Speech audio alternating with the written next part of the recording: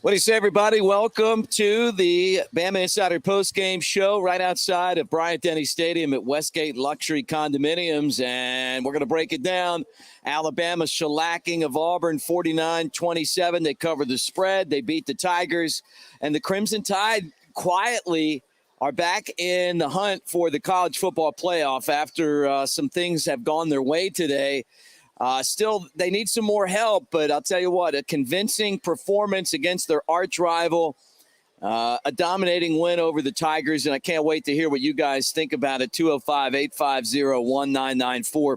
Hey, we're at Westgate Luxury Condominiums, and I got to tell you, this place is great. We're at the Skygate Club. A lot of people tailgate here. It's right next to the stadium.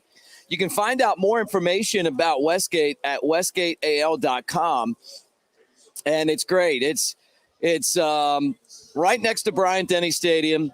You're talking about oversized balconies, or you get a view of maybe the stadium or downtown Tuscaloosa or campus. They got 1 to 5 bedroom units that are available to buy or rent, and they go from 900 to 3,000 square feet, and they're fantastic. The kitchens are amazing with the Sub-Zero Wolf appliances, and we're hanging out up here like we do after every game. But I can't wait to hear what you guys think, man. I mean, look, I'm going to give you my take. First off, Bryce Young was really good today. 20 of 30, 343 yards, 3 touchdowns, and an interception. I thought the run game was great. We saw Jahmyr Gibbs. We saw Chase McClellan. We saw Roydell Williams. We even saw Bryce Young run the football. And I've been really critical of Bill O'Brien and the creativeness with the play calling. I thought that was a lot better today. Robbie Oots got in the game plan. I just felt like this was more of what I thought we should have seen the entire season. But, you know, it wasn't so bland. You know, they did a good job of kind of setting Auburn up with the way that they called the plays today. And this was a dominating performance. I don't think the score is really even is indicative of the game that we saw. You know, Auburn got the 7-0 lead, and then Alabama, you know, just started to pound them into the ground. And, you know, and give Carnell Williams a lot of credit for keeping Auburn, you know, motivated in this game. But a 49-27 final was, you know, kind of about as good as it was going to look for Auburn, maybe 42-27. But they really weren't in this football game after the second quarter. I want to take your calls. Want to talk about this thing with you, 205-850-1994. And let's go to the call lines now and get this thing going and talk about Alabama and Auburn. Who's this and where are you calling from? Yo, it's Demetrius, North Carolina. Demetrius, man, roll tide, our favorite truck driver. What you doing, man? Oh, man, just sitting here enjoying this victory. Shout out to them young man. Any win over Tennessee and Auburn, you know, there's people that don't know that's just the icing on the cake. I was, you know, the season unfold like that, but you know, cross our fingers and hey, you never know how the cookie gonna crumble in the Alabama invitation of the college football playoffs. And shout out, you know. You did hit on a key point. I was happy that they did commit to the run compared to what they have for the rest of this year so far. So hopefully things work out for us. I'm proud of them young men. They had a good season. They, didn't accomplish what we wanted to, but I'm still going to keep my fingers crossed. Roll Tide. Hey, look, Demetrius, it was a good old-fashioned country ass-whooping for Auburn today. Sorry, yes, but I mean that's what we saw, and that's maybe what the committee needed to see. You know, this Alabama team played the toughest road schedule in college football. They had one of the toughest overall schedules in the game. They lost on last-second plays twice. You know, it didn't feel like Alabama was always playing up to the Alabama standard. But you know what? Today I felt like they did. I mean, I felt like they were physical at the point of attack. I like the fact that they were committed to the run game. And I think they made a statement. You know, when you watch Ohio State get bludgeoned by, their in-state, their arch rival, Michigan, not in-state, but their arch rival, Michigan. And, Clemson can't beat a not a good South Carolina team. And, you start looking around the landscape of college football, even though Bama's got 2 losses, no one's really defeated Alabama. They've won on the scoreboard, but Alabama hasn't been really defeated. You know what I'm talking about? Ohio State was defeated today. And that goes to a testament of even though we have had awful seasons these last couple of years, hey, it takes everybody the best shot to beat us when we mediocre, and they barely beat us. And that's something you can build, though. I mean, like I say, look, there's a lot of potential here, Demetrius. I mean, you this team, if they sneak into the college football playoff, I think they're going to win it. I think everybody's praying that Alabama doesn't make it. Georgia has flaws. They have severe flaws. Ain't nobody just been able to exploit them. Right. And you seen what we done in the SEC championship game last year. We exploited them big time. They are not all dead in the bag of chips. They sit on the SEC East and it was the cupcake of the conferences, and they're enjoying life. And we take everybody the best shot for how many years since the first national championship that Nick Saban won back in 2009. We've been taking everybody the best shot. Yep. So roll tide. You can go on to some other callers. I got a few things to accomplish. I'm gonna continue listening, and then I'm gonna hit the like button while I'm here right now. Hey, thank you. Hit the like button, Demetrius. We appreciate you calling as you do after most games. And we want all you guys to call in right now, 205-850-1994. And look, guys, hit like and subscribe as you hang out with us. Hit the thumbs up. That's a way of saying roll tide. And, be part of everything that we're doing. Hit the bell so you know when we're live. We've got shows that come on constantly. If this is the first time that you've been on our channel, subscribe because you're going to want to be a part of this. We're closing in on 100,000 subscribers now. We're going to try to get as many subscribers as fit in Bryant-Denny Stadium, which is right next to us, like right behind me there. We're under the awning today. Normally we give you the street view, but it's raining here.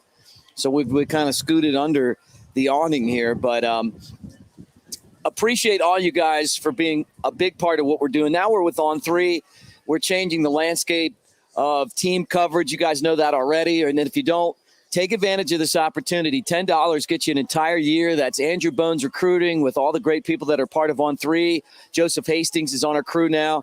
He does a great job. And then we've got the message board with Clint Lamb and Jimmy Stein. We expect Clint to roll over here after the game, so we'll hear from him. But let's go back to the phone lines again, talk to you guys as we sit out here under the awning, but in the rain. I can feel the breeze. Who's this and where you calling from? What's up, Big Jarek from Buffalo? Jarek, I feel like it's not the cold that you guys have in Buffalo, but we got the wind like you have in Buffalo here, man. How you doing? Yeah, you guys actually have it's like 39. I think I don't know what the temp is on it, but it's like 39 degrees over here, so not that far off from you guys. Did you get some snow? No. Pretty much ever since that snowstorm, we haven't had any. We haven't had any since the blizzard. Now. Yeah, and like I said, I didn't get hard. I didn't get hit hard. It was pretty much downtown and some of the suburb areas. But now I've been fine ever since. Well, let's talk about this game, man. What did you think of this? This blowout of Auburn, 49-27. I thought this was a good effort. I thought the first half was definitely a little bit rough to see from the defensive side of the ball a little bit. Robbie Ashford pretty much killed us on the run. We tried to run some nickel packages. We tried to do everything we could, man, but we just could not contain Robbie Ashford. A lot of missed assignments. Linebacking play from our inside linebackers were not the best. Henry T, I thought, had a subpar game. We got to figure out ways if we have a shot to make the playoffs, because it's despite us having 2 losses, it actually is possible for us to get in there. But whatever game we play, whatever our bowl game is, we got to figure out how we can, contain running quarterbacks. I thought the offense did a much better job today. Again, was this the best game of our offense, that we've seen? No, but this is definitely a really, really good effort. I'm going to give Bill O'Brien some credit. As far as game situational moments, again, definitely we can go back and, we can kind of criticize that, but, kind of just off first reaction, this was probably the best play calling game I think I've seen from him all year. Dude, let me stop you right there because I agree. I got to stop you, Jared, because you make so many great points, man, and that's why you're one of our All-American callers. But, dude, you're exactly right, man. I mean, where's this been all year? And I hate to be that guy, the last game of the season that's going, hey, man, this is what we're talking about, the creativeness. Let's get the tight end involved. And I'm not talking about Cameron Latu. I'm talking about Robbie Utes. Hey, man, seeing Big 45 catching the ball, running down the field, trucking Auburn Tigers. That's what I wanted to see, man. I wanted to see Alabama kind of doing some misdirection. Get those other receivers involved, man. Kendrick Law, I love the fact that him and Isaiah Bonds are catching passes. You know what? And I've been critical of Burton. He had a really good catch today. He's not a superstar. This is probably where his career is going to end, out on that field right there. Maybe he's an XFL guy. He's not an NFL guy, but you know what? He made some plays in this game today that helped the team out. And I agree with you, right? I'm going to let you pick it up right where you left off, but I really feel like Bill O'Brien in what will probably be his last game as offensive coordinator at Bryant-Denny Stadium did his best job. So good for him. Yeah, and like you said before, man, like we were really, really creative with our design route patterns. Again, to the fact that, I've been screaming all year that we need to, that we need to use Robbie Utes. I mean, this is a very sneaky good athlete. Again, a lot of people are kind of underestimated because of how chubby he is, but he's an underrated athlete, man. And the fact that we were able to kind of hide him a couple times and we were able to kind of find him, I thought that was really good for us. We actually, we had this was more of a balanced game. We ran the ball, maybe not as efficient as we would like to see, but at least we tried. I mean, we ran the ball efficient. We used Jahmyr Gibbs. We used Jace McKellen. We took deep shots.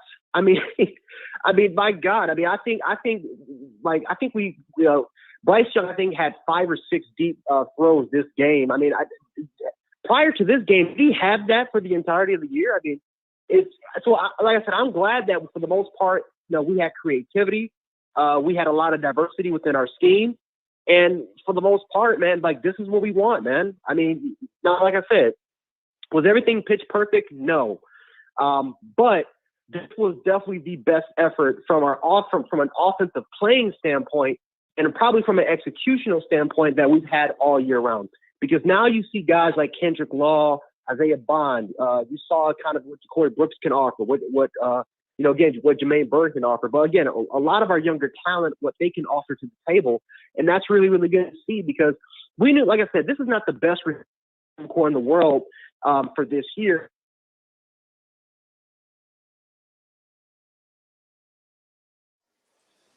I think we might have lost. Kind of finally, there you are. We were able to see their potential. Yeah, we were able to see their potential, and like I said, I'm happy overall from the effort from both sides.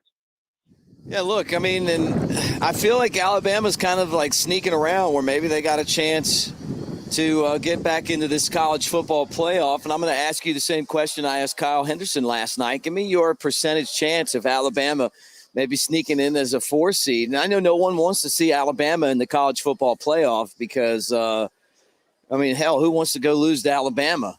Why would you want to play Alabama? To beat Alabama, you got to play a complete game. You got to get lucky. You got to have the officials in your pocket.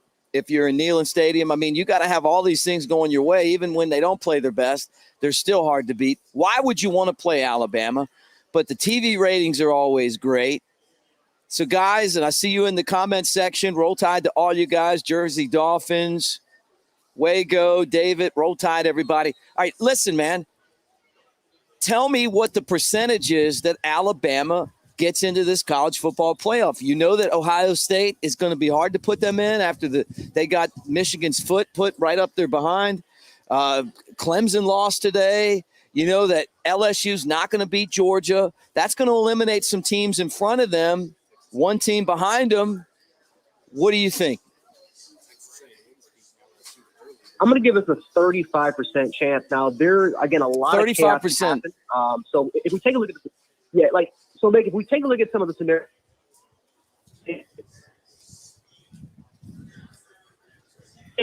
or Texas. I would love for Texas to go because I think Texas has the best chance of beating TCU. Right. But if whoever plays TCU for the Big, I'm not saying every single year there's that one team that the playoff committee does not want to put into the college football playoff. TCU is that team that they don't. I mean, if TCU had a loss, I'm not sure they would be in here. I mean, they tried very similar to what Cincinnati had to pull through, very similar to Washington kind of went through there inside the playoff. So that Big 12 title game. I think we're kind of going in and out with you right now, and I don't know if it's our coverage or yours. That's pretty much the end of our hope. Yeah. So again, if we're looking for Alabama to get in there, right. Well, look, final thought. It's just because you're kind of coming in and out, and it may be us on this end with all the rain and everything going on. But final thought on this game, and we're going to hit it to another caller. Some you may say, well, it's a non-conference opponent. What does that matter for their conference record and conference championship? Well, the playoff committee grades a lot on non-conference. They care about a lot about who you play as far as these non-conference opponents. And when you take a look at UNC's schedule, it's not the most difficult out of some of the good, some of the teams like Oregon, Oregon State, some of those teams, UCLA, Washington, like those teams were pretty much beating up on each other, where USC kind of had a little bit more of an easier road to get to the position that they are. So now in their hurdle, if they lose that have 3 losses, I think right away that eliminates USC right out of the conversation. Yeah. So I'm giving us a 35% chance of doing it, but it is realistic that Alabama as a 2-loss team could definitely make the playoff. Yeah. Hey, man, great call. Roll Tide, man. Let's hope that we're getting together a lot sooner than maybe the Sugar Bowl. I think the worst-case scenario for Alabama at this point is the Sugar Bowl. So we'll see what happens. But Roll Tide, another great call. And let's go right back to the phone lines again and get you guys in here and talk about this game. Alabama with a thumping of Auburn, 49-27. Who's this and where you calling from?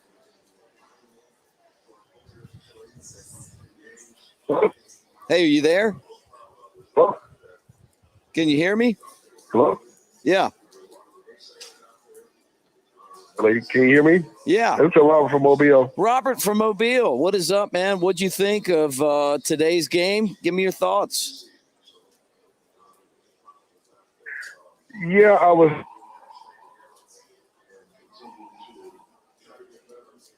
their best game, I guess, that he's called. And I agree with you. Where was 45 all season long? If nothing else, you could have them in the running game.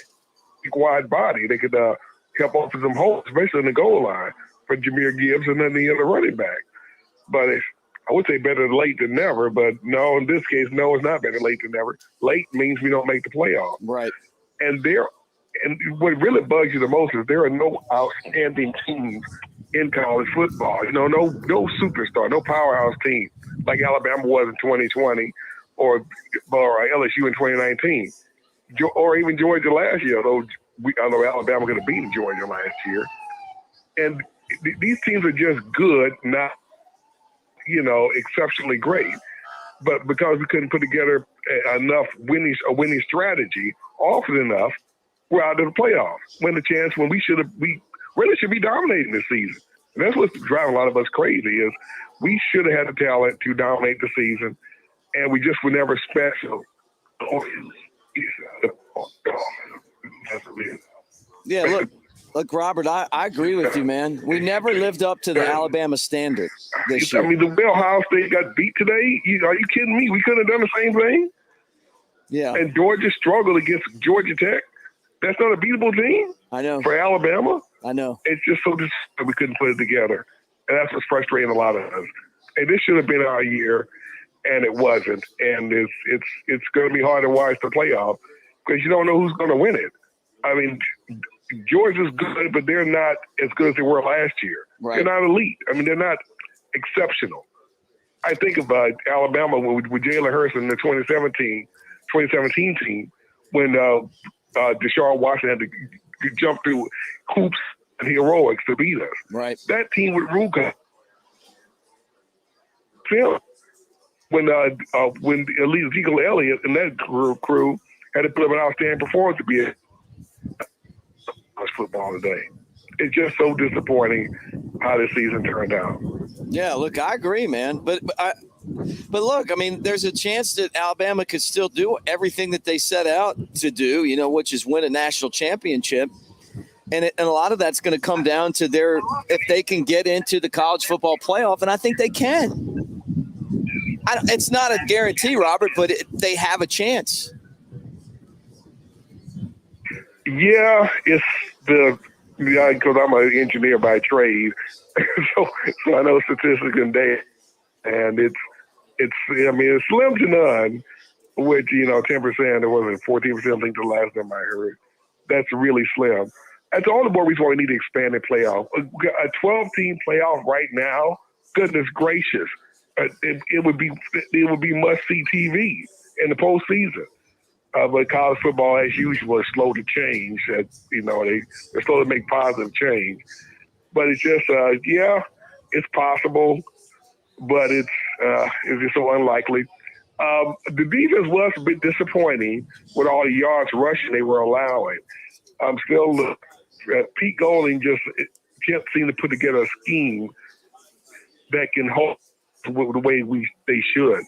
I'm so sick of a running quarterback not being spied and not being lit up. Although they did wear the guy out at the end, but you was wondering, was he worn out because he was running over so much or because we were hitting him? Yeah, right. So, I mean, the defense could have been better. Auburn hit us for over 300 yards. That's not good. But I don't see an unbeatable Georgia team or Michigan. Michigan definitely not unbeatable. And of course, TCU is fool's gold. They're going to get crushed. Great way to put it. It's just, gosh, is there.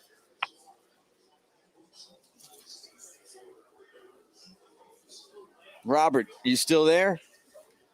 Man, I have no idea why we're kind of cutting in and out with some of our callers today. A lot of that's going to come down to. But Robert. I can't hear you, buddy, but I'll see you later. Hey, roll tide, man. I don't know what's going on. I'm going to bring Clint Lamb on, and maybe we reset. Maybe it's the weather. I don't know what's going on with the phone lines today, but we got a pretty solid internet connection. So it's pretty frustrating. But anyway, 49-27 Alabama. Let me pull one more call up and see if this is any better as we talk Iron Bowl and the Crimson Tide with a big win. Hey, who's this? Hello? Yeah, you there? Hey, Mick, can you hear me? Yeah, can you hear me? You there? Mick? I'm going to put you back in the queue, and I'm going to restart this thing and see if we can get this figured out, because I don't know why we're not able to take calls right now. It's pretty frustrating. Clint Lamb joining us, and you guys that are on the phones, just know that I am going to reset this system here while I'm talking to Clint, and we'll double team your calls as we hang out with you on the Bama Insider YouTube channel. What's up, dude? How you doing? I'm doing good, brother. How you doing, man? I'm doing good, man. I hate Auburn. Is that a fair thing to say as a commentator? Look, you might be the first Alabama fan I've ever heard make that comment. I know, but I have a lot of respect for them. I don't like them, but I know that they're solid. So, it's tough to kind of watch them beat Alabama. But today wasn't their day. It was a good day for Alabama, I thought. Yeah, it was a really good day. To me, I thought they played with a lot of passion, a lot of energy. Even on that late touchdown from Jahmyr Gibbs, I was right there on the sidelines as they were coming off the field, and Tyler Booker, man, he was fired up, and it was fun to watch, man. This is a good football team when you've got guys who are playing, passionate football and inspired football, and that's exactly what we got tonight. Yeah. Or today, I guess. Man, it feels like it's 9 o'clock at night. We've done so many of these late, heading into midnight. 6:36. I don't know. I was surprised that Auburn even showed up. I mean, most of their games are at 11 o'clock. So we're still taking shots, huh? Hand them a 22-point loss, and you still. I'm just kidding. Well, no, I'm not. I mean, most of their games are at 11 a.m., but there's been so much news. We didn't know if Lane Kiffin was going to be their coach. Looked like it was. The guy posted the other day that it was going to be the coach, and then Lane Kiffin turned the job down apparently today, or maybe didn't get it offered. It's such a weird week. I felt like Auburn had a lot of momentum until that came out. And it's hard to stay focused if you're, Auburn's football team to me, if you got all this stuff coming out like that. Yeah. What did you think about Lane Kiffin? I loved it. And now it's trending towards Hugh Freeze.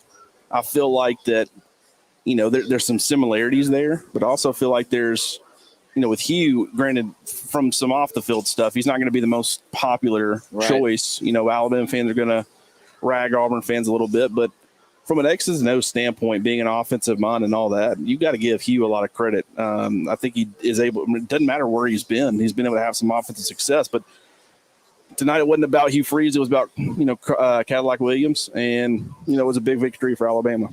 Yeah, I thought Bill O'Brien did a really good job of being creative for once. And I mean, where's this been all year? I love seeing Robbie Oots. I like the fact that they were kind of able to use the screen pass a few times. We haven't seen that this year. I mean, where's that been? They were an inch away from one block away from Gibbs turning in that 3rd and 16 or whatever it was into a touchdown.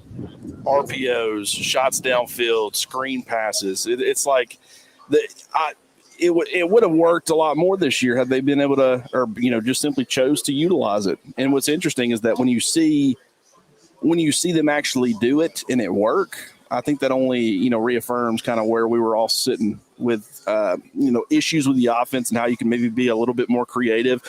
Give them credit for making the switch. The only problem is I don't know. I mean, the timing. I guess Clemson lost today and Ohio State got completely drummed. But I don't know if playoffs are in the works for Alabama or not. I still think it's a pretty big long shot. But it's unfortunate because it's like, how much better could they have been with a lot of this stuff implemented in the offense? Well, look, let me ask you this then. I mean, you said it's a long shot for Alabama, but I mean, are they one of the 4 best teams in the country? I think they are. I'm not saying that they're going to get in, but I still think they're one of the 4 best teams in the country. They had everything going against them, including the officiating in Tennessee, and they lost on a last-second field goal. They kicked their own field goal, and they win, despite all that. The LSU game was, give LSU a lot of credit. I mean, they hung. Bama made some mistakes. They took advantage of it. It was a good game. They went for 2 at the end of the game. If they don't make it, Alabama wins. It's not like Alabama looked like Ohio State today in their own stadium, just getting pummeled. Yeah, I think it's the big problem is that there's times where they've looked and played like a top 4 team in the country, and then there's been other times where they really haven't played that great. And I think that, depending on which side you're standing on it, you're going to be highlighting the side that, is most favorable to you. Like if you're an Alabama fan, you're going to be talking about, how they looked tonight, how they looked at times against Arkansas, how the offense looked against Tennessee. It's just there's too many moments this year where both sides of the football really couldn't get things going. And what I will give them credit for today, even though Auburn had a lot of success running the football, that's kind of their bread and butter. We knew that they were going to be able to run the football. The misdirection stuff really hurt, or I wouldn't say exploited Alabama's defense, but they had some trouble with it. But so is everybody else. There's a reason they have one of the best rushing offenses in the country.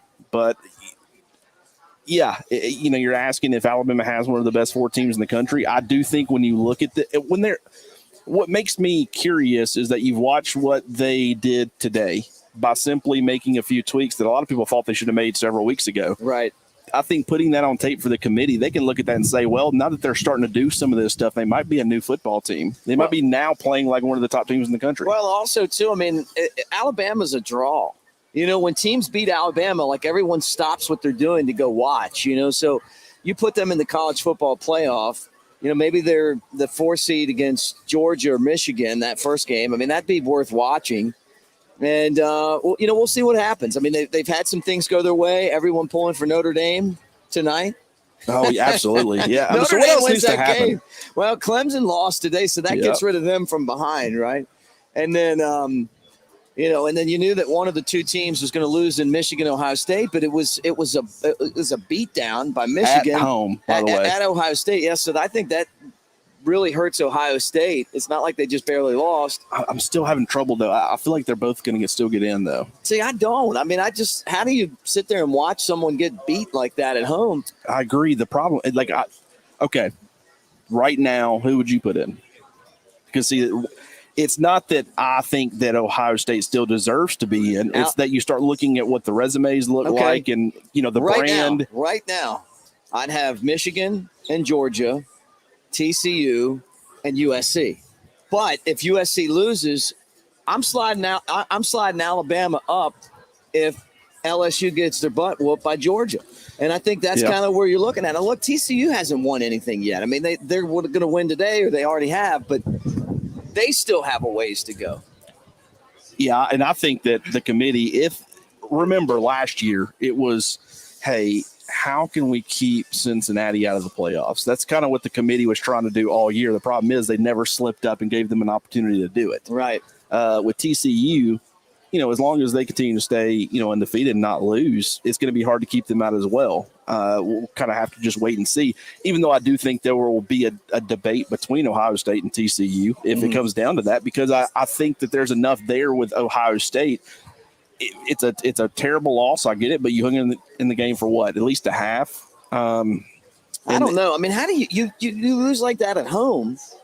Alabama's lost on the road, the toughest road schedule in college football, on the last play of the game twice. I mean, it's not like they were at home and somebody came in there and just pounded them. They're arch rival. I mean, can you imagine losing to Auburn like that and then getting into the college football playoff? No, I mean, and that's the big question. What I think that the committee also takes into account is they're like, the receivers for Ohio State, one of the best receiving corps in the country, obviously didn't make a huge difference today. But I think they're looking for storylines, right? Mm-hmm. And with TCU, I guess the only thing with TCU is that it's a been there, done that with Cincinnati. I think that actually hurts them. Right. The fact that they, did get, I wouldn't say on the scoreboard, but anybody that watched Alabama playing Cincinnati last year, it was pretty much, domination, right? So I think that when the committee looks at TCU, they're looking at a team that's like, okay, do we want the Cinderella story again? It didn't work out last year. It's not as big of a brand. The Cincinnati, Alabama, Cotton Bowl last year didn't have a ton of appeal to it going in. So I think that'll weigh on them a little bit. And we're going to take some calls here. I'm going to try to see if this thing's working right now. But this college football playoff ranking that comes out on Tuesday, oh my goodness, it's going to reveal a lot. That's such a great point, man, because it's going to. I would love to be in a room for that conversation. Not, I got my opinions, but I can refrain from sharing them. Just let me be involved in those talks and just hear what's being said, because I think there's arguments to be made for a lot of different teams. I mean, and LSU still got to lose. I mean, if they beat Georgia somehow, I guess this all becomes right for naught. But I mean, do you see LSU beating Georgia? No.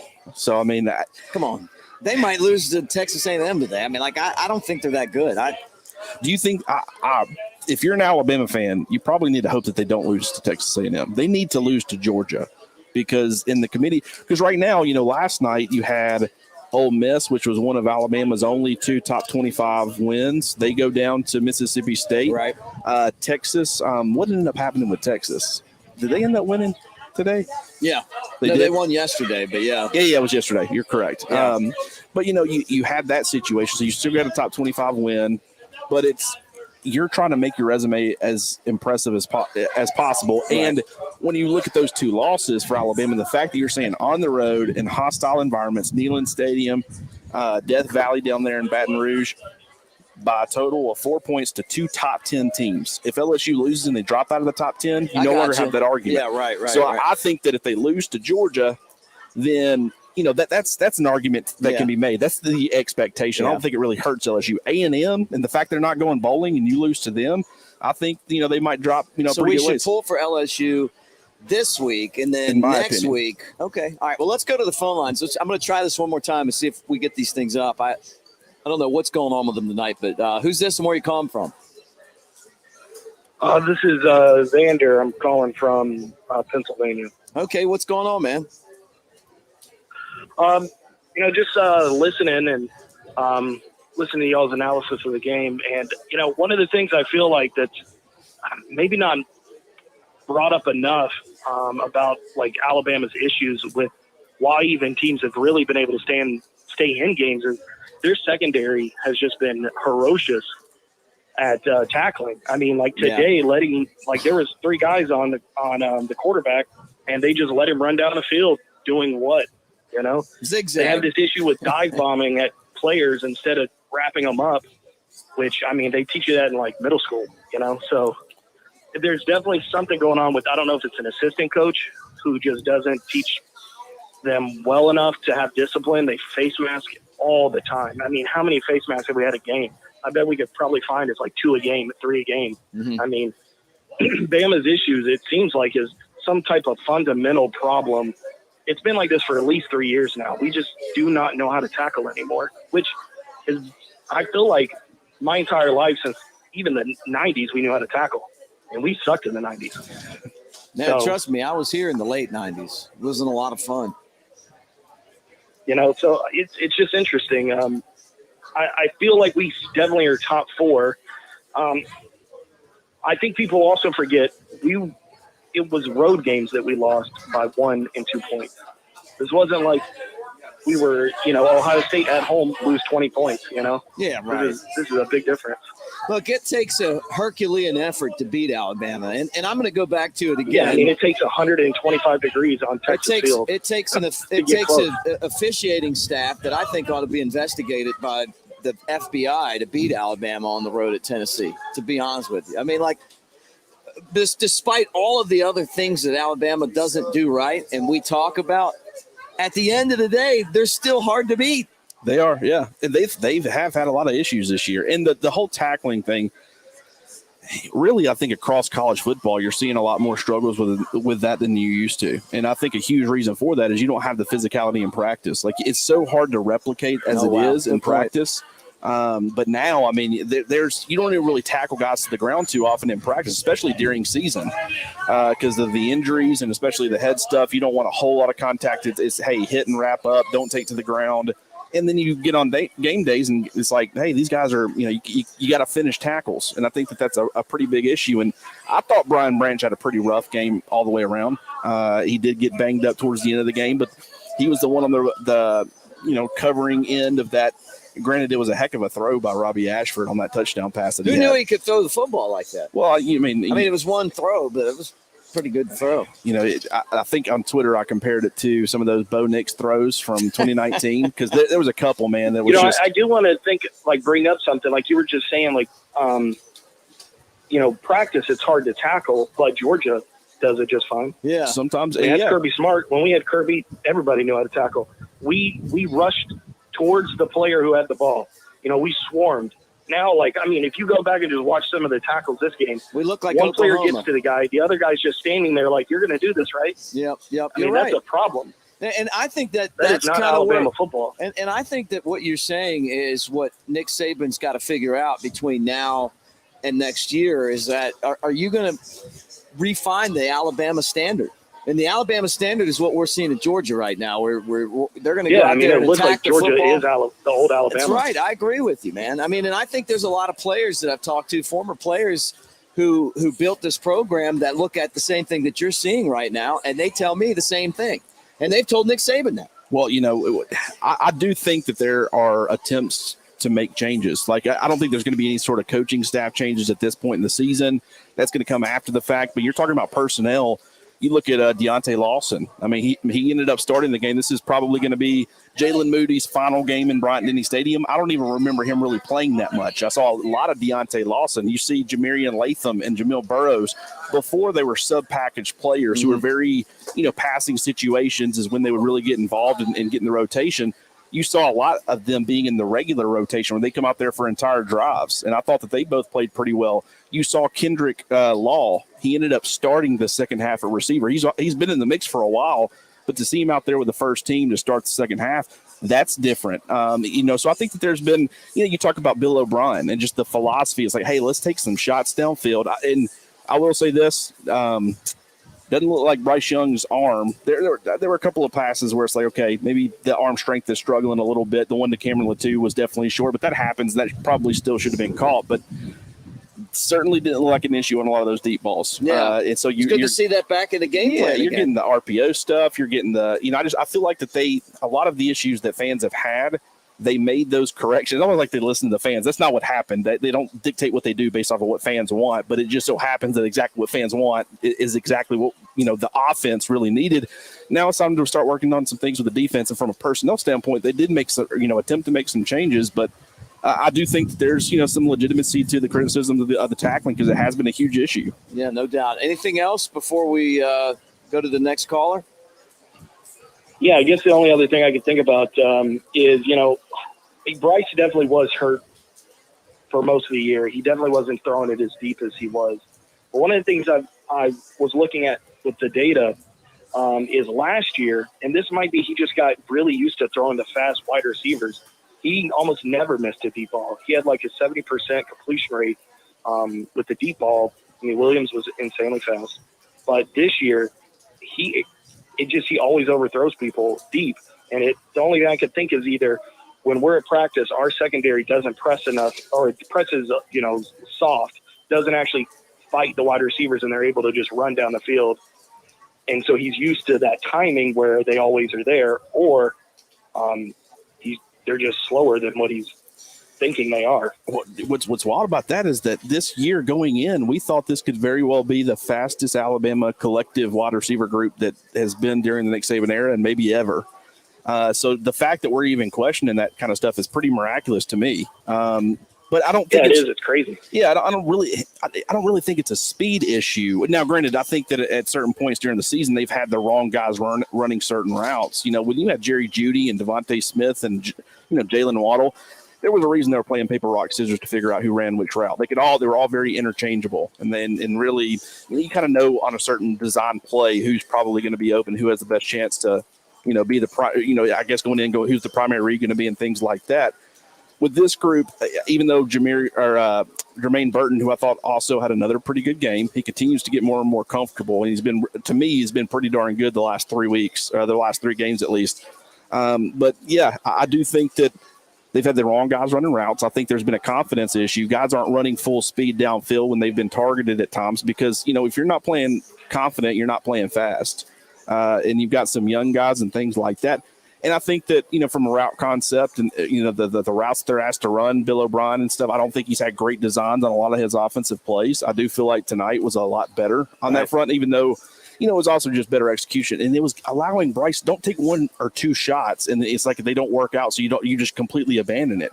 Like they were taking shot after shot tonight and it was working out. Yeah. And I thought they ran the ball a lot more on first down and picked up yards there. That's something that we didn't see when their backs up against the goal line. Instead of trying to throw on first down, they ran it. They were effective running the football, and then that kind of set up the deep pass. And let's give Bryce. This was like the first game I can think of since maybe Texas, where Bryce Young actually, instead of just running left and right, decided to run up the field. Well, I think that had a lot to do with the fact that on tape, when you go back and you look at Auburn this year, I think in 8 Power 5 games, so going into tonight, they had allowed 5 different quarterbacks to score a rushing touchdown, and one of those quarterbacks was KJ Jefferson, who had scored 2. So 6 in 8 games. They had allowed Jackson Dart to have over 100 yards rushing. You had seen a lot of other quarterbacks run for 40 plus. So I think that Bryce knew, hey, if I have a willingness to run it, there are going to be opportunities here. And I think that's been a huge issue is that whether it be the shoulder injury or, he really wasn't willing to run it last year either when he was healthy. So it might not necessarily be the shoulder, but it's just what everybody points at. I think that him being willing to run the football tonight made a huge difference. It took pressure off of the running backs and it took pressure off of the passing game. And, I think that helped, everybody involved. Hey, great call from Pennsylvania, and Roll Tide, my friend. Thank you.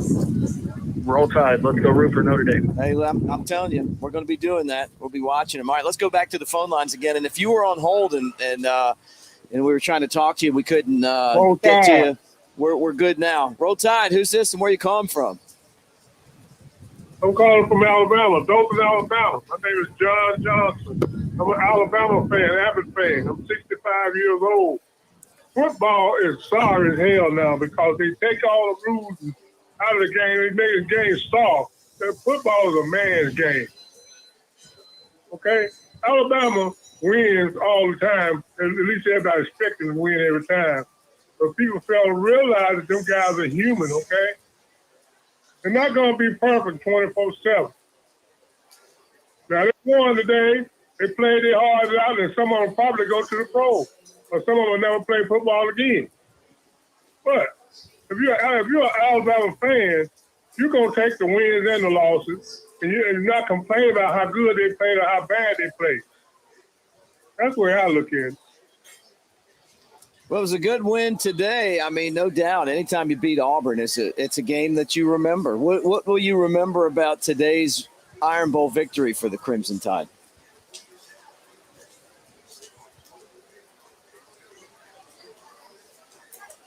I think he hung up. Well, roll Tide, man. Great call. Look, what do you remember about today's Iron Bowl win? I think Bryce Young basically running down the field, that deep pass to Burton was one of those memorable moments. Bama with the suffocating defense at times. They had trouble stopping the quarterback run, but I never think Robbie Ashford wasn't going to beat Alabama running the football. Well, Sorry, you know, wasn't going to happen. There was a couple of times where it's like, hey, at one point, Robbie Ashford had 55 yards passing and Bryce Young had 52 yards rushing, and that was about midway through the third quarter. And Alabama still wasn't really prepared or ready for the quarterback draw on a couple of plays. And it's like, to me, it's like, hey, this cat's been completing, around 40% of his passes. Let's maybe not respect his arm as much. I understand he had the great ball to the back corner of the end zone, but that's more of an outlier. It's all about what you can do consistently. And consistently this year, he has not been a great passer. So let's put a little bit more emphasis on stopping his legs, maybe present him some opportunities to throw the football, and you might give up some stuff on that front. But I don't think you get completely gashed for, 121 yards and 2 touchdowns like you got from him, on the ground, because there are passes that are there or have been there for him, and he still missed. And so, just because you present it doesn't mean it's going to be a guaranteed completion. It's going to be a chunk yardage or whatever. I don't think they spot him enough. But, overall, what I thought was last week against Austin Peay, you're talking about an CS or FCS opponent. You're talking about a team that, a good FCS opponent, but it's still Austin Peay. And it was an 11 a.m. kickoff. The weather wasn't great. I sort of understood coming out flat in that football game. We've seen other really good Alabama football teams come out flat in those types of games, right? In those types of environments. So what I do is I take the second half of the Ole Miss game and I take the entire game, that we saw today. And I feel like Alabama is playing a lot closer to the Alabama standard right now than they have, at least this season. And so I think it's progress. I don't think it was all going to get fixed in a week or, 2 weeks or 3 weeks. Once fans started kind of getting fed up, I mean, Nick Saban knew some changes had to be made. They weren't going to fix all the problems overnight. But I do think that if you watch this game today, they're moving in the right direction. Yeah, I thought so. I mean, second half against Ole Miss, I thought was their best half of the season, right? And then I felt like this game, when Alabama needed to, make plays, they did. I like the fact that they basically built a big enough lead where Auburn wasn't going to be able to come back. Auburn's trying to run the football down by 3.5 touchdowns. They have to, right? Yeah. And they're done. Yeah. I mean, basically, and that's what you want to do against an opponent like that. Well, I mean, did Cadillac did he take Auburn in the points? There were a couple times he kicked some field goals, and I'm like, hey, buddy, I know what we're doing here. I've seen this rodeo before. It was him, accepting defeat. It was him saying, I want to make this score as respectable. 2 field goals at the end of the game. Yeah. And come Auburn can always kick a field goal, Clint? Oh, I mean, yeah. It doesn't matter who's back there. They just always have a good kicker. How is it that Alabama, it doesn't matter who they're going against, if the other team needs a clutch kick, they're hitting it. I know. I mean, you just don't see guys whiff. It's pretty miraculous. I don't know exactly how that works. I guess there's just laser focus, and you make sure to do all the little things right in those pressure moments. It's raining here. Yeah, it was raining on the field. That? Yeah, and I wasn't happy about it. I mean, this is really coming down right now. But we're not. I mean, we're sheltered here. But we're fine. Let me go ahead and just throw that up there, just to kind of. Make sure we don't get electrocuted. No, just don't want to get the equipment wet and ruined. But yeah, no, I'm satisfied, man. I mean, like it wasn't about the wins and losses. It was about the lack of creativity with the offense. You know, like the wide receivers blocked the screens better today, I thought. They let Robbie Oots be a guy who was blocking out on the perimeter. Great idea. Cameron Latou had struggled to do it all year. Yeah. He is a good tight end. He can catch the football. He can block inline. But a huge area of weakness for him has been blocking on the perimeter when you ask him to block on screens and stuff. What did Alabama do? This guy is probably playing in his last game in Bryant-Denny Stadium, and they say, hey, that's not your role anymore. We're going to get Robbie Oots more involved on that front and see if we can get something, more out of there. And they did. And I thought Robbie Oots, from a pass catching standpoint, was also, he did some good things. I think that, he had 2 catches for 29 yards on 3 targets, but he also had another catch that got called back due to penalty. So I thought that from, his perspective, he played a great game. There was some encouraging performances. It wasn't just the starters. It was, you kind of see where Alabama's going. Like, they needed a guy. With you've got Byron Young, you've got Justin DeBoy. Both of those 2 players, what makes them special is they can play inside and out. Mm-hmm. They're very versatile, can play all along your front. They're both seniors, and we don't know if Justin DeBoy is going to come back or if he would be, able to come back. He's got that neck injury. We don't know what's going on with that. More than likely, he goes to the NFL. Byron Young, we're almost like 90% sure he's going to the NFL. They need a guy for the future who has that kind of versatility to play inside and out. And I thought that, getting Jamarian Latham a lot of those reps tonight, I thought he performed pretty well. He's incredible at sniffing out the screens. He's done it now, a couple of weeks in a row. Don't try to throw a screen pass on that guy. But I do think that he ended up playing really well. I thought Jameer Burrows, from a pass rush perspective, played well. I'll have to go back and see how he played against the run. But not only did you get a better performance, you also got Alabama trying a lot of new things, and a lot of those new things, in my opinion, worked. I didn't see a whole lot that they tried new that didn't work. Right. All right, look, comment section. See you guys in there. We appreciate all of you. WJW Willow, hey, man, thank you for the comments. Roll Tide to you. Mike Coleman says, Sugar Bowl, who's the opponent? Clemson or Ohio State? Sugar Bowl. I don't think either one of those teams would be the opponent. And I think Alabama goes to the Sugar Bowl unless they get into the college football playoff. It'd be the highest ranked SEC team outside of who's going into the college football playoff. So the only way that I think they go. There's no chance LSU is going to be ranked ahead of them if they lose, right? And I've heard this from LSU fans, and it's like, hey, the head-to-head, there's no way they're putting Alabama over LSU. Let me explain something to you. It doesn't matter. Not only do they have 3 losses compared to Alabama's 2, but the committee can look at that game against Alabama and say, okay, it was a successful 2-point conversion that was the difference in Baton Rouge. If that game was on a neutral site or if it was in Tuscaloosa, more than likely it goes in the other direction. You can logically come to that conclusion. And the main point there is the neutral site, which tells you if they play on a neutral site, Alabama would be the better football team, which I think that will weigh on the committee, and they will rank Alabama ahead of LSU even if they lose a close one to Georgia. I still think they're being ranked ahead of them. Right. So, yeah, I would think that they're probably going to be the top-ranked SEC team that doesn't go to the playoffs. Or, if the magic keeps happening, I don't know what the rest of the college football world is going to do if that happens, Mick. If Alabama somehow gets into this thing, they're going to be pissed. Oh, my gosh. They're already starting to get – yeah. And I'd love it. They're starting to get the dominoes are starting to fall, and you're getting the jokes right now. It's like, hey, Alabama's going to get in the playoffs, aren't they? And then, if another domino falls, you're going to start seeing it get more and more serious. And then people are, by the time it actually becomes a realistic possibility, you're going to see some upset fan bases. Yeah, and they're going to be upset when Alabama wins the national championship this year too. And the reason I say that is that this team's had this pressure on them all year that they have not done a great job of dealing with. I think it's going to be gone. I think today they just went out there and played football. And I will say this, and I understand it from Nick Saban's perspective, because I've kind of wondered, it's like, he's approaching things looking ahead to 2023. And then also on top of that, it's just like the way that he talks and stuff. It's like he is not giving up on the season, but he doesn't talk like the playoffs are still a possibility. Maybe he likes the fact that the team is no longer making that their primary focus. It's not about winning a championship and putting all that pressure on yourself. It's about going out there and playing football and getting better and kind of, really embracing the process again. Even if Alabama does get back in the conversation, I still think Nick Saban wants the team's mentality to be more focused on that, because as you've seen, really since they got eliminated quote unquote eliminated, after that loss to LSU, I feel like they've been playing some of their best football since then. I think Alabama and Kansas State, like Patriots Nation put on there on the message board, is a very realistic possibility in the Sugar Bowl, especially if they knock off TCU. I hope they play. Look, if they're not going to be in the college football playoff, I'd much rather have them play in that game than any of the other games.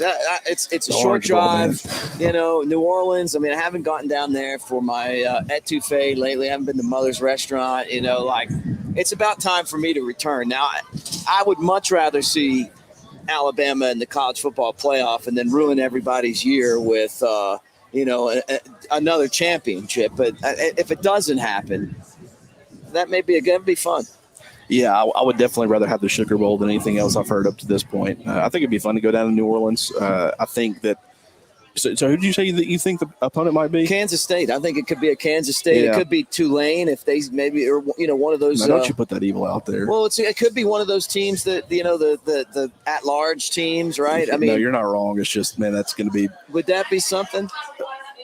It would be something, not something. An old SEC foe. Yeah, sure. From years back, before our time. Yeah, let's do another like Utah. No. I don't want to see another Utah. A Utah, a UCF type. I was down there for that game. Everybody says they're going to kill them, and you see the focus not be where it needs to be. You would love for them to stay focused. And I will say, if they take that same mentality that the 2010 team did, where they kind of took things personally and the fact they weren't making it and they were kind of pissed off about it, and maybe some of these guys that are choosing to move on, maybe you got to make a change at quarterback because Bryce is done. Maybe you got to make a change at corner. What's going to happen there? What do you think? Well, I mean, I really think that's a conversation that we need to wait until we figure out if they're going to the college football playoff or not. Because obviously, Bryce Young is not going anywhere if they do, in my opinion. That would be crazy if he did. But if they don't make the college football playoff, I think with the way I'm not sure Will Anderson or Bryce Young plays. And I'll go ahead and tell you, I really don't think Eli Ricks is playing. So we'll just have to wait and see. What do you think Eli Ricks' draft status is? I mean, is it that high? He should come back. The tools are there, absolutely there. I think that a lot of NFL teams are going to look at Alabama's defense and the fact that it's a little bit overcomplicated. Now, NFL defenses are going to be complicated too. But Alabama just has so many, their cornerbacks have so much responsibility, and it puts a huge strain on them. And I think just from learning the nuances, and Nick Saban is the type of coach, he's not going to put you out there until he can trust you to do all the little things that you need to do to be successful. Just because you have a tremendous amount of talent, he's not throwing you out there until you do everything that you need to do on a consistent basis in practice and when you get opportunities and reps in games. And it did take him a while to get on the field. But if NFL teams say, hey, we're not really going to have those same kind of requirements or restrictions, the natural talent when he gets on the field is certainly there. But at the same time, though, I mean, do I think that he could really benefit his draft stock by coming back to Alabama now that he has become the starter and he is comfortable? I mean, this guy could end up being a top 10 pick. Right. Certainly. It's just, I mean, if he's going to be a late first-round pick, which I certainly think is still a possibility, then I wouldn't be shocked if he ended up coming out anyways. Yeah, well, I'd hate to see a bunch of guys decide they're not going to play. I mean, that just isn't something that we've seen at Alabama ever. But, I mean, it's kind of the world of college football right now. And if they get, end up with a 12-team playoff, it'd be less of that. But it's a shame because, growing up, I loved the bowl games. It was such a big part of college football. I mean, I've been to so many of them. A matter of fact, there's only a handful that I think I haven't been to. When you really start to the Cheez-It Bowl and all that stuff. I mean, the ones that matter, though. Yeah, I'm kidding. Yeah, I didn't think that you didn't go to but the Gator Bowl. Yeah. And Peach Bowl. I mean, the Peach Bowl and and just basically all of them. Orange Bowl a bunch of times, Sugar Bowl, been there, the one in Dallas. I mean, you could go through all these and and they've been great experiences. Yeah. It's been fun. I mean, I hate that this has turned into such a business, but that's kind of what the world of college football is right now. And Teddy, Roll Tide from the Bama Coast. Good to see you on the message board. Guys, like and subscribe as you hang out with us. We're talking Alabama Auburn after Bama shellacked the Tigers today. Carnell Williams takes the loss as Auburn's head coach in the Iron Bowl. Pretty dominant performance. Like, subscribe, give us a thumbs up, hit the bell.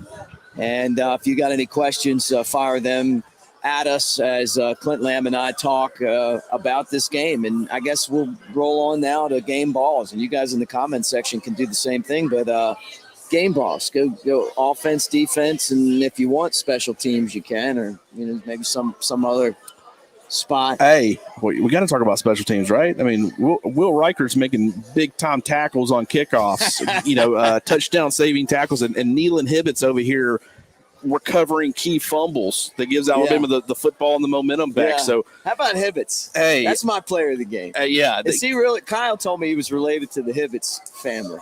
The sporting good. I don't know if it. Good for him if he is. He is. Is he? I don't know. But I'll tell you what, it was great watching him jump on that football. Hey, and I mean, what was up? Now, granted, I didn't actually hear the broadcast, but I saw a lot of people upset about Gary Danielson. I can't stand look, guys, I don't mean this personally. I know how tough it is to do play-by-play in color. I've done it my whole life. And it's not that he's bad at the job. I just don't like listening to him. I just don't. I don't like the broadcast when he's on it. He was apparently very he didn't think that call should have stood on the Hibbett fumble recovery.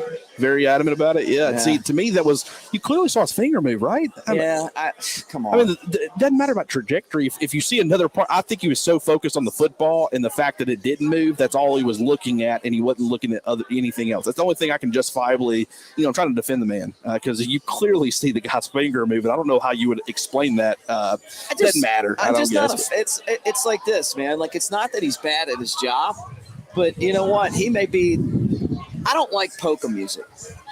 I mean, is that I'm just not a big polka music guy. So Trey could be the best polka player in the entire world, and I'm not going to like it. I just don't like it. You play polka music? I feel like Gary Danielson's playing polka music on the broadcast each week. It's just and honestly, the world of play-by-play, it's getting harder and harder to turn a game on and just enjoy listening to it because there's so many bad commentators now. To me, bad as in just not what I like. It's not that they're not good at the fundamentals of the job. It's just not what I like. And every time he's on CBS, I feel the same way. I'm like, I want to hear Chris Stewart and JP call the game. Well, I'm sorry. That's just the way I am with these. Is that too harsh? You think? No, I mean, if that was too harsh, then there's a lot of fans probably in the comments right now. If I had to guess, that are comment section. You guys tell me. I don't know. Correct me if I'm wrong. No, I feel like it's pretty universal as far as the dislike for. Now, granted, he's calling what he sees. What's wild is that you can exit a football game, and both fan bases can think that Gary Danielson was against their football team, and they're very pro the other team. That's pretty amazing to me. Like, just from the human mind and how it works. Like, right. The two opposite fan bases are like, no, he was 100% on your side. Yeah, he hated but it. I'm not even saying that. Like, no, I know. I'm just saying that there is you're some. Exactly right. I've read Jack Buck's book, and he said the same thing. He's like, no matter what game I did nationally, I was always on the wrong side of of whatever fan base. It's not even that I feel like he's cheering against Alabama. I just don't like listening to him. Which, and to me, that's all I'm saying. I just don't like him. I want to listen to Herb Street. I want to listen to when Mike Franklin used to do games. When he's on the call, when it's a different crew doing it, when Fox had their guys doing it against Texas, I like that. Give me Gus. Well, here's the perfect example of what frustrates me when I am able to watch Gary, is that it was the 2019 Iron Bowl. Mac Jones is the starting quarterback. Auburn had that great defensive line, Derek Brown, Marlon Davidson, that whole entire crew. And Alabama's game plan early was snap the football, throw to the sidelines, make that defensive line run sideline to sideline every play early to try to wear them down to where they can have success running their offense later on. There was a purpose behind it. All Gary could talk about at the beginning of that football game is they need to try to push, even though it's Mac Jones, they needed to stop making safe passes and push them stuff. They thought it was a lack of trust in Mac that was causing the play calling when that had absolutely nothing to do with it. And it was pretty blatant to me. Right. It didn't take me, covering Alabama to understand that that's exactly what they were trying to do because that defensive line was so dominant. And that's the kind of frustrations that I think, from me watching it and understand that he's just way off, and that type of thing happens a lot.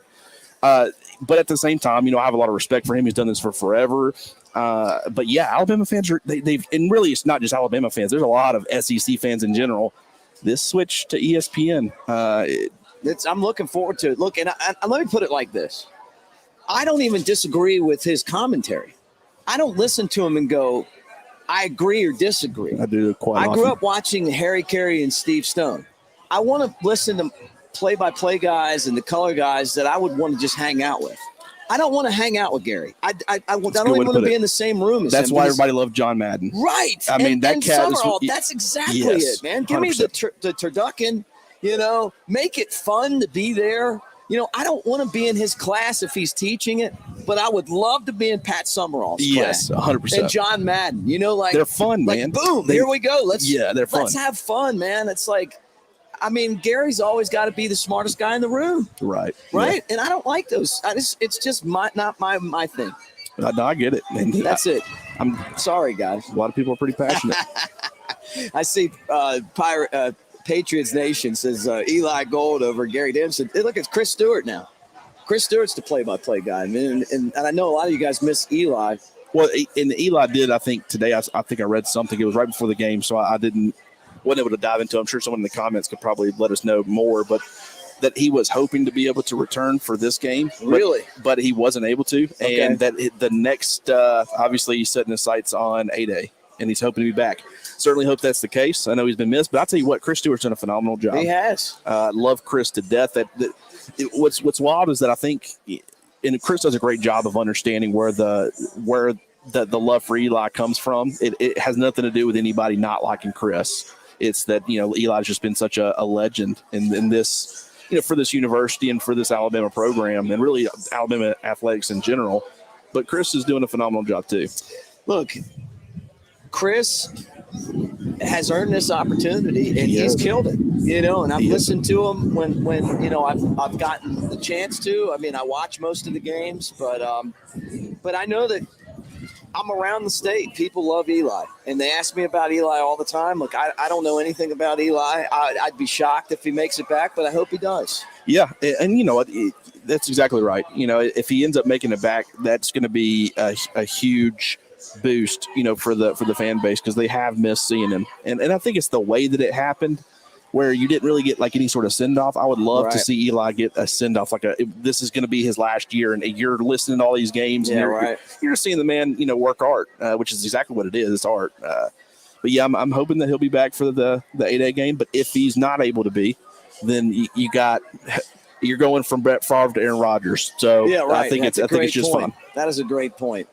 That is a really good point. Guys, we're talking Alabama football here on the Bama Insider YouTube channel. This is the Bama Insider postgame show. We do it after every Alabama game. Took some of your calls earlier. I don't know what the deal was with the phone lines, but if you guys called in and we couldn't hear you, man, I appreciate you guys and love talking to you after every game. Clint Lamb is the guy who covers the beat for On 3, Bama On 3. We're changing the face of team coverage, and we want you guys to be a part of it. And right now is the best time to get on board, because you can join BamaInsider.com now that we're part of On 3 for $10 for an entire year. You get Clint on the message board. You can get into this topic with him and Jimmy Stein. You guys can say you love Gary Danielson or you don't love Gary. This is like a message board conversation. You guys do that 100%. All the time.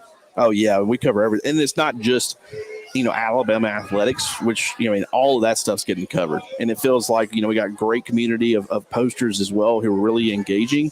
But we're talking about Yellowstone. We're talking about, don't tell me anything, because I haven't watched the new season yet. Well, yeah. I know it's good, though. You are 2 seconds away from literally getting, I don't not a ton's happened up to this point. Okay, good. But yeah, but we're on there talking about that. Favorite characters. It's great conversation all the way around. And everybody's got some random, I've never been a huge alcohol drinker. I know this is wild. But people will talk, whiskeys. People will talk tequilas. People will talk, favorite beer selection. It's all sorts of conversations. It's a lot of fun. If we're talking beer and whiskey, maybe I'll get on there with you guys. Is Jimmy Stein a drinker? Yeah, he likes to have a beer too. Okay. Yeah, now granted, he might. I wouldn't want to speak for him or put words in his mouth. right. I feel like he's more of like a, crushing a Miller Lite or a Coors Light, maybe not the dark the banquet of beers. Yeah, I don't know though. He might be very sophisticated with all that. Might be a wine drinker. I don't know. Hey, who knows? That's what the message board's all about. You get the recruiting with Andrew Bone and Joseph Hastings. Man, what a great team right there. But you guys definitely need to jump on there and be part of this. And moving forward, with all the great stuff with recruiting, Alabama still with the number one recruiting class. We're going to find out a lot between now and early signing and everything else that's going on. All right, we never did talk about game balls. We talked about I'm very distracting. We talked about Hibbets and the fact that he made a big play. But let's do offense. All right, I'll go first on offense. Look, my game ball goes to Bryce Young. That's an easy one, right? But I love I've enjoyed watching Bryce Young for a few reasons. First off, he is so smart and he's always under control. He's just been a great face of the franchise, as they say. He's just represented the Alabama standard as well as you possibly can. When former players tell you that they think he's the best that we've ever had at his position, maybe the best player we've ever had, period, that tells you that they respect all the stuff that he's doing. And this was a game that he wasn't going to let us lose. And not only did Alabama not lose the game, but, they kicked their butts, and I loved it. You can. A lot of Alabama fans don't, but you can be a fan of Bill O'Brien, and you can still acknowledge that. Can you imagine Bryce Young with Steve Sarkisian calling plays? Woo. Can you imagine Bryce Young with Devontae Smith and Jalen Waddle and John Mechie as his three receivers rather than John? Last year with John Mechie and Jamison Williams, don't get me wrong, still a phenomenal duo. Yeah. He made those guys a lot of money. And the offensive line. I mean, imagine that 2020 or 2019 offensive line with, protecting Bryce Young. That he's done more with less. Doesn't mean that he didn't have. That's not what that statement means. He's done more with less than some other Alabama quarterbacks. It hadn't been like the cupboard hadn't been completely bare. It's still more talent than most other quarterbacks in the country are working with. But, Mac Jones, he had a phenomenal play caller, a guy who could literally, in the middle of a football game, go from Tua Tagovailoa to Mac Jones and two completely different skill sets and adjust on the fly and be able to play to both guys' strengths. That takes a special play caller to be able to do that kind of thing. Bryce has been phenomenal. I would also give one to Jermaine Burton because – it wasn't like he put up some monster performance, but it just, when you watch him play, A, I thought his blocking was pretty good. Yeah. B, he looks more comfortable. He's playing more confident, and he's been doing it the last 3 games. I agree with you. So I'm really hoping for Alabama's sake. There for a while, I think a lot of people thought that, Trayshawn Holden and Jermaine Burton maybe shouldn't, go in a different direction, maybe move on. And that still is possible. But I also think that right now with where things are trending, Jermaine Burton's becoming the player that a lot of people thought he was going to be when he came over from Georgia. He's not fully there yet, but you see the growth happening before our very eyes. Nice. All right, let's move to defense. I know it's not going to be Brian Branch for you. Yeah, and by the way, he's earned it. That cat's been probably one of the most consistent. I think he's been the best player up until today. 100%. And really the missed tackle. Like that, if you trusted one Alabama player to make one tackle to save a football game, I'd still put Brian Branch out there because he does not miss many tackles. He whiffed pretty bad on that touchdown of Robbie Ashford's. He had. In coverage, he wasn't able to play the deep ball. Now, granted, it was a perfectly played football. That's a difficult play for him to make, but the receiver also had a couple of steps. It wasn't like he had not, he had done phenomenal coverage. He was right there in phase. But at the same time, looking at the defense, I thought Jamarian Latham played a heck of a game. Deontay Lawson played okay. I really thought that him and Henry To'oTo'o probably overall struggled with their run fits. Yeah. I really would be curious to go back and watch the film. But Jamarian Latham, to me, I watched him quite a bit because he was playing in situations where I normally don't get to see him play, which was early downs, and he was playing inside, he was playing out. When he's been coming in on passing situations, he's been playing inside a ton. So I haven't seen him on the edge a lot this year. So got to see him do that and thought he did it extremely well. So he would definitely deserve a game ball. Really no one on defense – to me, other than that, stands out. I mean, am I missing somebody? I thought Dallas Turner made some plays. I mean, he's he's just a disruptive force. I worry sometimes that he's going to push somebody the wrong way, or there's a little extracurricular with him sometimes. But there was a couple times in the game where he did stuff, and you're like, okay, yeah, like he's being double teamed. He spins off the double team, and then next thing you know, he's like in Ashford's face, or chasing him out of bounds. I don't know. I mean, I like that about him. Just got to keep him under control. But he's just a phenomenal talent. He really Will Anderson, I forgot about him. I thought he played a really good game. A couple of sacks. Have you ever seen a guy get double-digit sacks in a season? Now, granted, compared to 17 and a half, maybe 10 isn't, as good. Now, he's still got at least one game. Well, maybe he doesn't have one game left. I guess it depends on what happens. But even if he finishes right now, 10 sacks, have you ever seen a player break double-digit sacks and be super criticized by people? Yeah, I mean, and that's because of the standard that he set for himself last year. Everybody was expecting this year he was going to be a Heisman Trophy. He's going to be a Heisman winner. But you know what? Who also knew, based off of last year's performance, every offense that he went against. Yeah, that's true. And the fact that he still was able to get double digits. I mean, look at Jadeveon Clowney. Look at Myles Garrett. Look at the Bosa twins, or not twins, but the Bosa brothers.